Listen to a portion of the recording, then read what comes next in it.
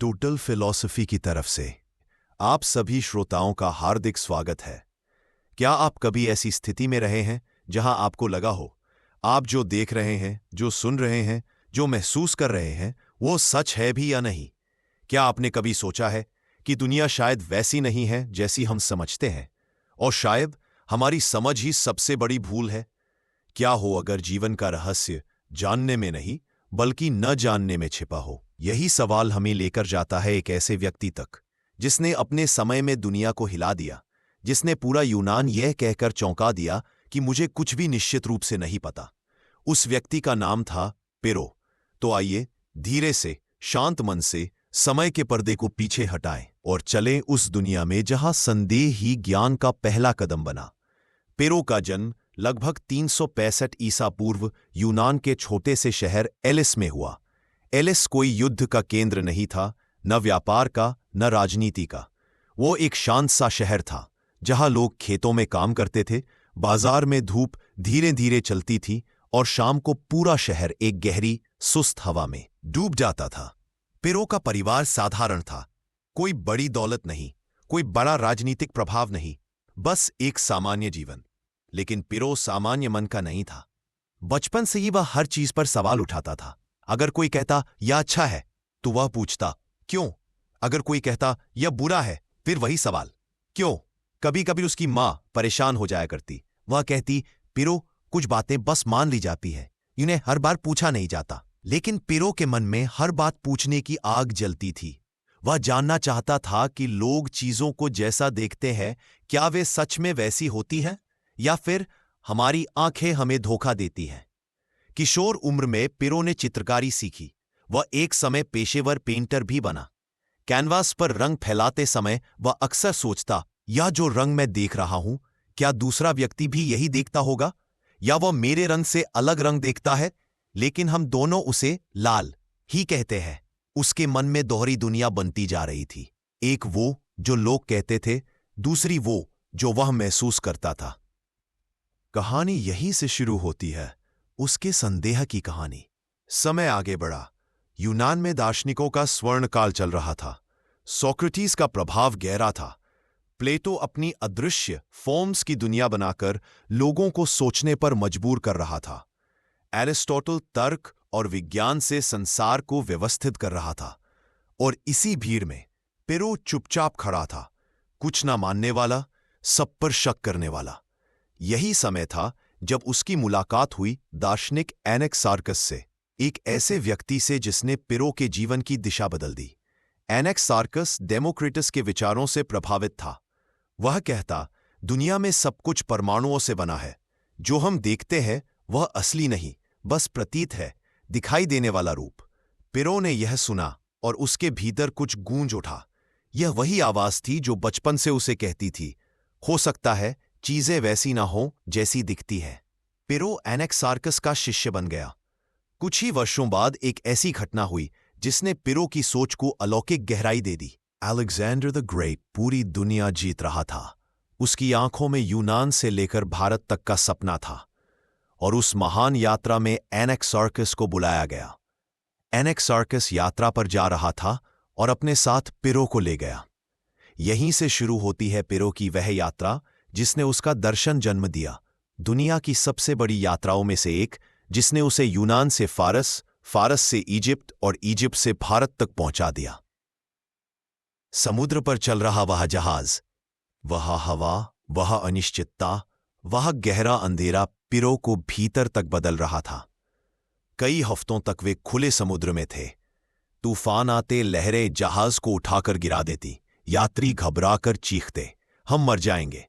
लेकिन पिरो खड़ा रहता, शांत, चुप, जैसे उसे इससे कोई फर्क ही न पड़ता हो। एनेक्सार्कस ने पूछा, तुम डरते क्यों नहीं? पिरो ने कहा, क्यों डरूं? क्या मुझे निश्चित रूप से पता है कि तूफान जानलेवा है? क्या मुझे निश्चित रूप से पता है कि मैं मर जाऊंगा? जब मुझे कुछ भी निश्चित नहीं पता तो डर कैसा? एनेक्सार्कस ने सिर हिलाया। वह समझ गया, ये लड़का अलग है, बहुत अलग। आखिरकार वे पहुंचे फारस की महान भूमि पर, जहां का हर महल सूरज की रोशनी से चमकता था, जहां आग को देवता माना जाता था। वहां के पुजारियों ने कहा, अच्छा वही है जो प्रकाश में है, बुरा वही है जो अंधकार में है। लेकिन पिरलो की सोच अलग थी। वह सोचता, अगर प्रकाश अच्छा है तो दोपहर का सूर्य आंखों को जलाता क्यों है, और अगर अंधकार बुरा है तो रात की नींद इतनी मधुर क्यों होती है। वह समझने लगा, अच्छा और बुरा शायद वस्तुओं में नहीं, हमारे मन में है। अब वे पहुंचे इजिप्ट, जहां नील नदी सभ्यता की नसों में खून की तरह बहती थी, जहां हर पत्थर, हर स्मारक हजारों साल पुरानी कहानियों से भरा था। वहां के विचारकों ने कहा, भाग्य सब तय करता है, मनुष्य बस कठपुतली है। पिर्रो फिर चुप हो गया। वह सोच रहा था, अगर सब तय है तो हम कोशिश क्यों करते हैं, और अगर कोशिश मायने रखती है तो तय क्या है।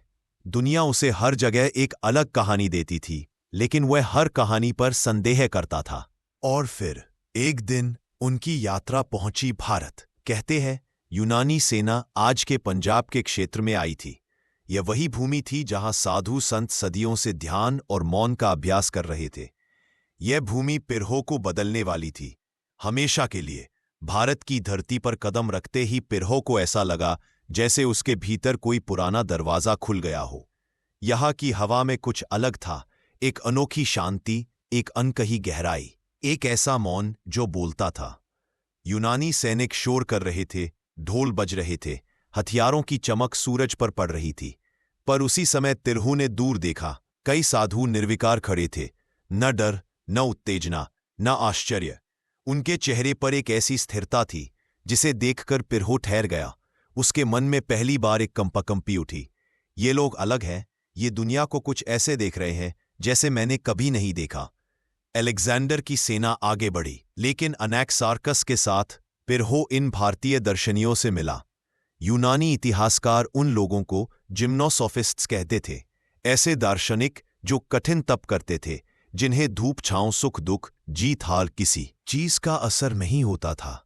एक दिन पिरहो का सामना एक ऐसे सन्यासी से हुआ जो ना कपड़ा पहने था, ना खाना मांग रहा था। वो बस खड़ा था, अडिग, जैसे कोई पर्वत। अलेक्जेंडर के सैनिक उस पर हंसे, ये लोग पागल है क्या? लेकिन पिरहो नहीं हंसा। उसे उस साधु में एक ऐसी बुद्धि दिखी जो शब्दों में नहीं, अनुभव में थी। पिरहो ने उससे पूछा, तुम इस तरह खड़े होकर क्यों मुस्कुरा रहे हो? क्या तुम्हें गर्मी नहीं लगती? क्या तुम्हें दर्द नहीं होता? साधु ने धीरे से आंखें खोली। उसकी आवाज तालाब पर गिरती बूंद जैसी शांत थी। दर्द तब होता है जब तुम किसी चीज को पकड़े रहते हो। जब तुम छोड़ देते हो तो कुछ भी तुम्हें पकड़ नहीं पाता। पिरहो अंदर से हिल गया। अगले दिन एक और अद्भुत दृश्य हुआ। एक साधु आग के पास बैठा था और धुआं उसकी आंखों में जा रहा था। सैनिक बोले, देखो, इसकी आंखें जल रही हैं। लेकिन साधु शांत बैठा रहा। उसने कहा, आंखें क्या है, दर्द क्या है, ये सब सिर्फ प्रतीत है। सच क्या है, हम नहीं जानते। यह सुनकर पिरहो का मन गूंज उठा। हम नहीं जानते, हम नहीं जानते। उसे लगा जैसे उसके जीवन भर के सवालों का एक साधु ने एक ही लाइन में उत्तर दे दिया हो। भारत के इन दार्शनिकों से पिरो ने 3 महान बातें सीखी। दुनिया अनिश्चित है, हम कभी चीजों को पूरी तरह नहीं जान सकते। अच्छा और बुरा मन का भ्रम है। वस्तुएं जैसी दिखती हैं वैसी वास्तव में नहीं हो सकती।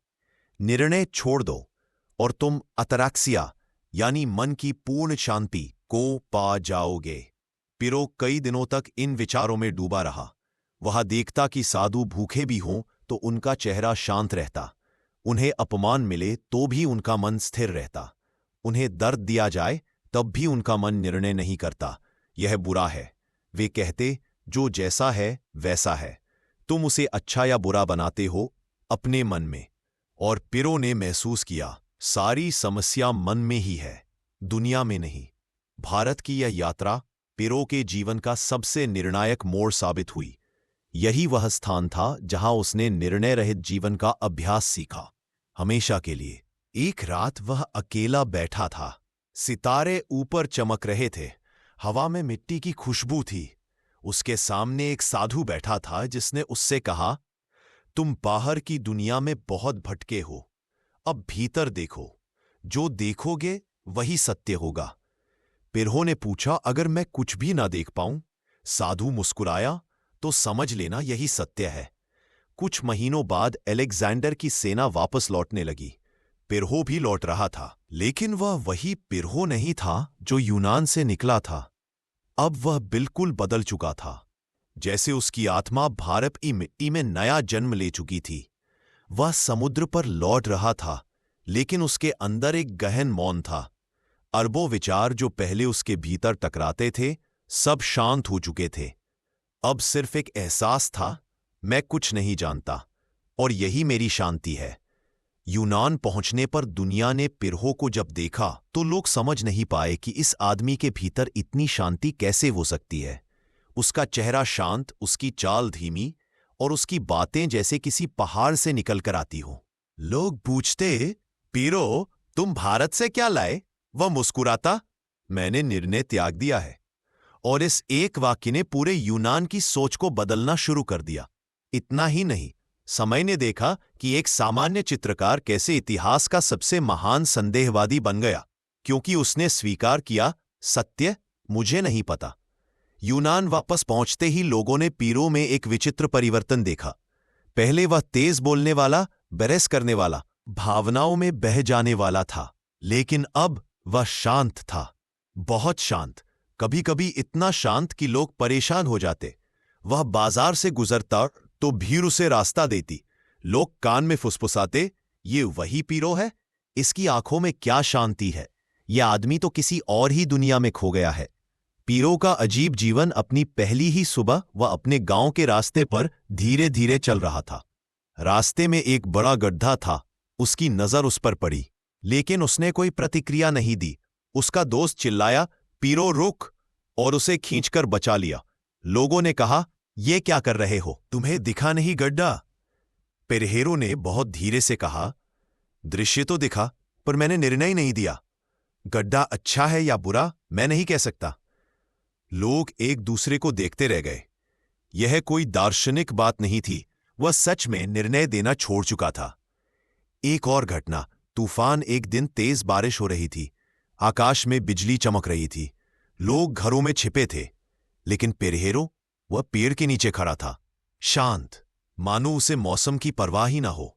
उसका दोस्त फिर चिल्लाया, अरे अंदर चलो, बिजली गिर जाएगी। पेरहेरो ने कहा, क्या पता, बिजली गिरे या न गिरे, दोनों ही सिर्फ संभावनाएं हैं। मैं क्यों तय करूं कि कौन सी बुरी है? लोगों को लगा यह आदमी पागल हो चुका है, लेकिन धीरे धीरे लोग उसकी शांति से आकर्षित होने लगे। पेरहेरो के 3 सिद्धांत जन्म लेते हैं। भारत में सीखे विचार अब धीरे धीरे एक दर्शन का रूप ले रहे थे। पेरहेरो ने कभी किताब नहीं लिखी, पर उसके शिष्यों ने उसके 3 नियम लिखे। पहला नियम, कुछ भी निश्चित रूप से जाना नहीं जा सकता, चाहे इंद्रियां हो, तर्क हो, दुनिया हो, सब धोखा दे सकती है। दूसरा नियम, चीजें न अच्छी हैं न बुरी, वे सिर्फ दिखती हैं, निर्णय हमारा मन जोड़ देता है। तीसरा नियम, निर्णय रोक दो और मन शांत हो जाएगा। ये बौद्ध विचारों का यूनानी रूप था, अतराक्सिया, यानी परम मन शांति। गांव में लोग उसे जांचने लगे। एक दिन एक आदमी उसके पास आया। उसने कहा, पिरहो, मैंने सुना है तुम किसी चीज को अच्छा या बुरा नहीं मानते।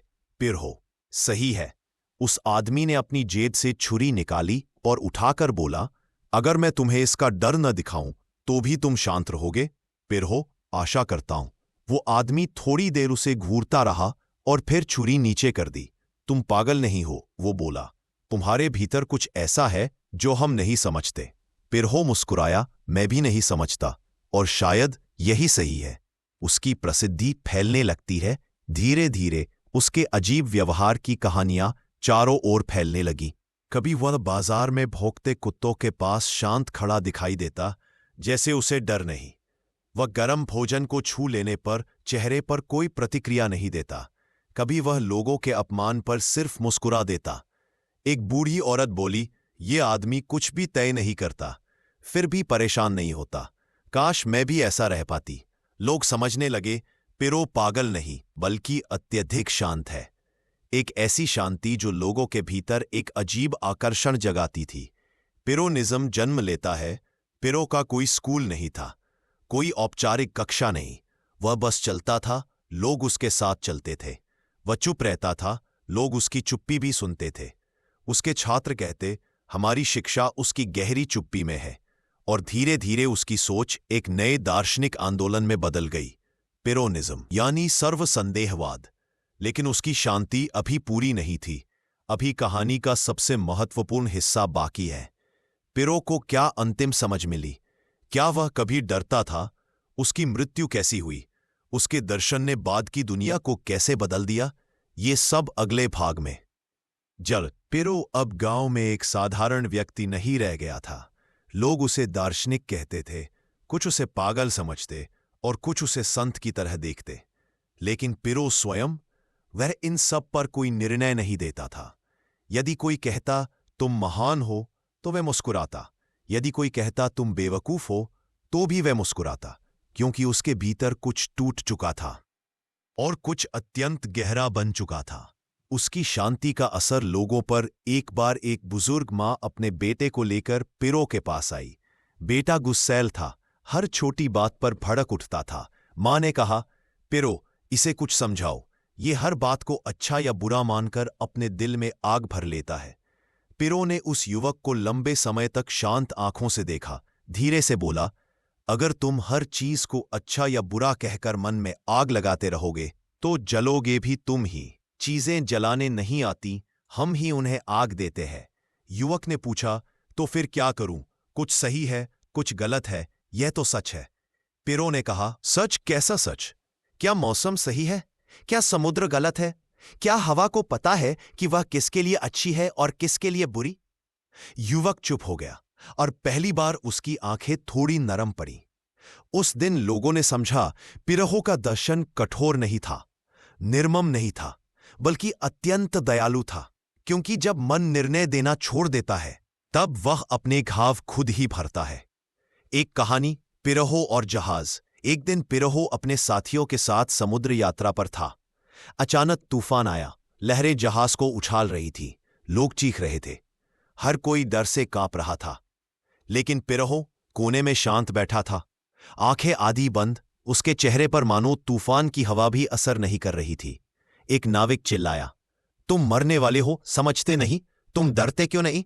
तभी पिरो ने बगल में पड़ा एक छोटा सा सूअर देखा जो एक बाल्टी में रखा अनाज खा रहा था, बिना डर, बिना चिंता। पिरो ने उस सूअर की ओर इशारा किया और बोला, सभी को देखो, तूफान में भी ये सूअर शांत है, क्योंकि यह अच्छा बुरा, कठिन सरल कुछ नहीं सोचता।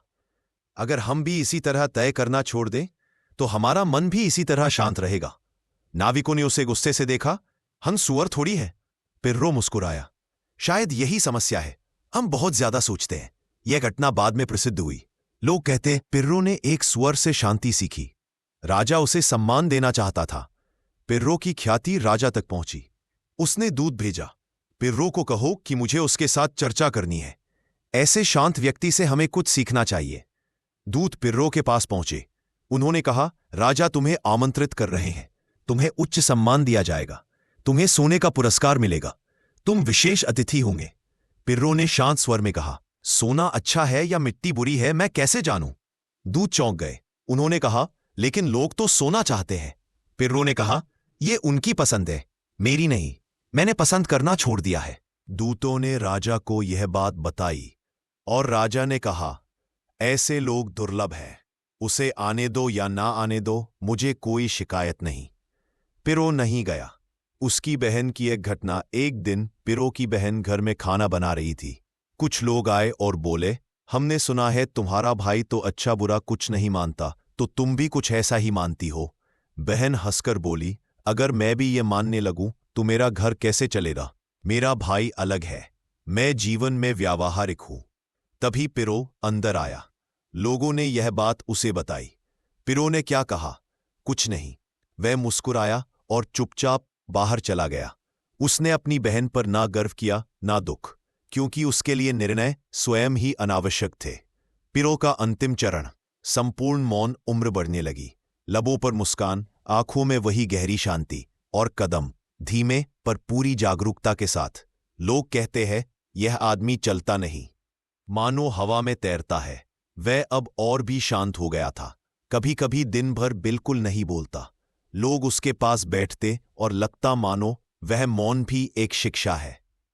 एक बार उसके शिष्य ने पूछा, गुरु, आपने अपने जीवन में क्या पाया? पिरहो ने बहुत धीरे उत्तर दिया, मैंने पाया कि पाने जैसा कुछ था ही नहीं, और उसे समझते ही सब मिल गया। उसके अंतिम दिन कहते हैं, अपने अंतिम वर्षों में वह इतना शांत था कि लोग सोचते थे कि क्या उसे दुनिया की बातें अब सुनाई भी देती हैं। लेकिन एक दिन जब वह सड़क पर चल रहा था, एक बच्चा गिर पड़ा। उसने अपना घुटना चोट लिया। बच्चा रो पड़ा। पिरहो तुरंत झुक गया, बच्चे की तरफ हाथ बढ़ाया और उसे उठाया। उसने बच्चे को शांत किया। लोगों ने पूछा, तुम तो कहते हो कि अच्छा बुरा दुख सुख कुछ नहीं, तुम इस बच्चे की मदद क्यों कर रहे थे? पिरहो ने कहा, प्यार और करुणा निर्णय नहीं है, वे स्वाभाविक हैं, उन्हें रोकने का कोई कारण नहीं। यह वाक्य उसके दर्शन का सबसे मानवीय रूप था। और कुछ समय बाद एक शांत रात में पिरहो ने आंखें बंद की, बिना डर, बिना चिंता, बिना किसी अंतिम निर्णय के। उसकी विरासत पिरहो नहीं जानता था कि उसके जाने के बाद उसका दर्शन पूरे रोम में फैलेगा और फिर सदियों बाद आधुनिक दर्शन को प्रभावित करेगा। उसने कुछ नहीं लिखा, लेकिन उसकी मौन शिक्षाओं ने दुनिया की सोच को बदल दिया। उसने कहा था, संदेह हमें कमजोर नहीं करता, बल्कि भ्रम से आजाद करता है। अब सुनने वालों से कुछ सवाल। क्या आपको लगता है कि हम अपनी जिंदगी में बहुत जल्दी निर्णय दे देते हैं? क्या अच्छा और बुरा हमारे मन की कल्पना है? अगर हम एक दिन के लिए भी निर्णय देना रोक दें, तो क्या हमारा मन थोड़ा शांत हो जाएगा? सोचिए, इन सवालों में पिरो की आत्मा छिपी है। अगर आपको यह ऑडियो बुक पसंद आई हो तो टोटल फिलॉसफी चैनल को लाइक, शेयर और सब्सक्राइब करना ना भूलें। फिर मिलेंगे एक नए दार्शनिक, एक नई कहानी और एक नई गहराई के साथ।